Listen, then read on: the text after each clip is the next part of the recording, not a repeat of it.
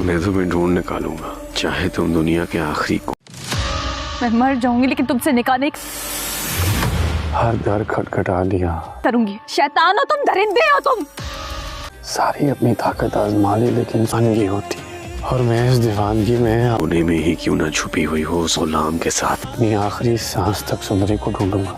समझो गुलाम का कुछ पता नहीं चला। आज सुंदरी का निकाह हो रहा है, बस में कोई इख्तियार नहीं होता, बस एक दीवान। देखिए ड्रामा सीरियल गुलाम। पुलिस से बादशाह को खबर मिलती है कि कुर्बान अली ने सुंदरी को अगवा करके अपनी हवेली में कैद कर रखा है। ये सुनते ही बादशाह फौरन सुंदरी को बचाने के लिए कुर्बान अली की हवेली की तरफ रवाना हो जाता है।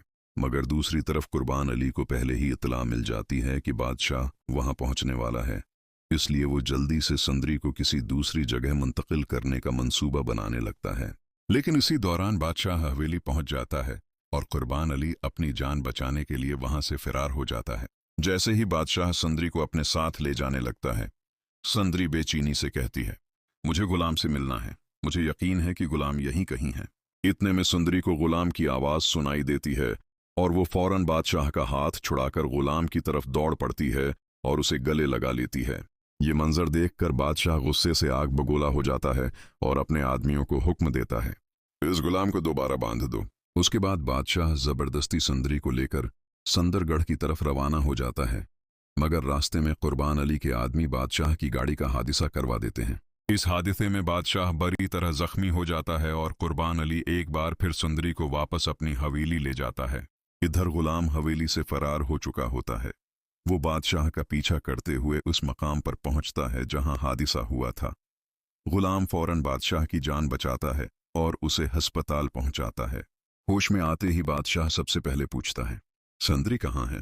गुलाम जवाब देता है, कुर्बान अली उसे दोबारा अपने साथ ले गया है। ये सुनते ही बादशाह और गुलाम दोनों मिलकर सुंदरी को बचाने निकल पड़ते हैं।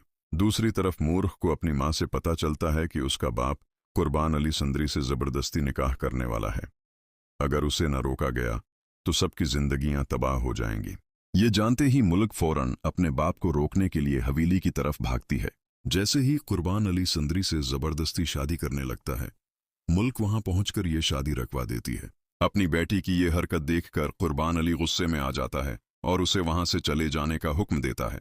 मगर इसी वक्त बादशाह और गुलाम भी वहां पहुंच जाते हैं।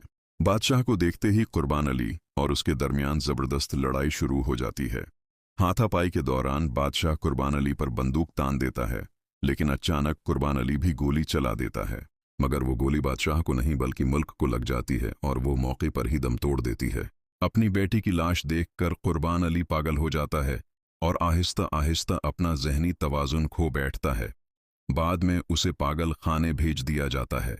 इतना सब कुछ होने के बावजूद बादशाह सुंदरी से शादी करने की जद नहीं छोड़ता। वो जबरदस्ती सुंदरी को वापस संदरगढ़ ले जाता है ताकि इससे शादी कर सके।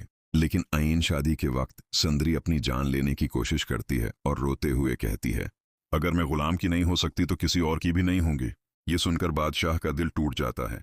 उसे एहसास हो जाता है कि सुंदरी कभी उसकी नहीं हो सकती और वो दो सच्चे मोहब्बत करने वालों को जदा नहीं कर सकता।